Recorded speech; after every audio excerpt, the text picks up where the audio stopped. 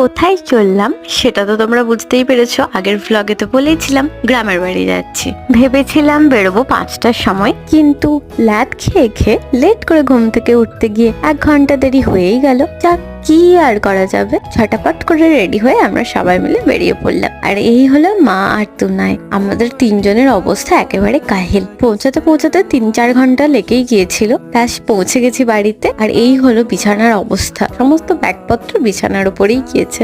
অনেক মাস পর আসলাম, তো বাড়ির অবস্থা একদম কাহিল হয়ে গিয়েছিল। একটু পরিষ্কার টরিষ্কার করতে গিয়ে একটু লেট হয়ে গেল। তো এখন স্নান করে নিলাম আর প্রচন্ড খিদে পেয়ে গিয়েছে। চলো নিচেতে যাওয়া যাক, খেয়ে আসি। আর নিচেতে গিয়ে কি দেখি জানো, আমাদের কিজি হাত পা ছড়িয়ে কাঁদতে বসেছে। তার কারণ জানো, ও ভেবেছে আমরা আসিনি, সেই দুঃখে ও হাত পা ছড়িয়ে কাঁদতে বসেছে। তারপরে আমাদেরকে দেখে মেয়ে শান্ত হলো।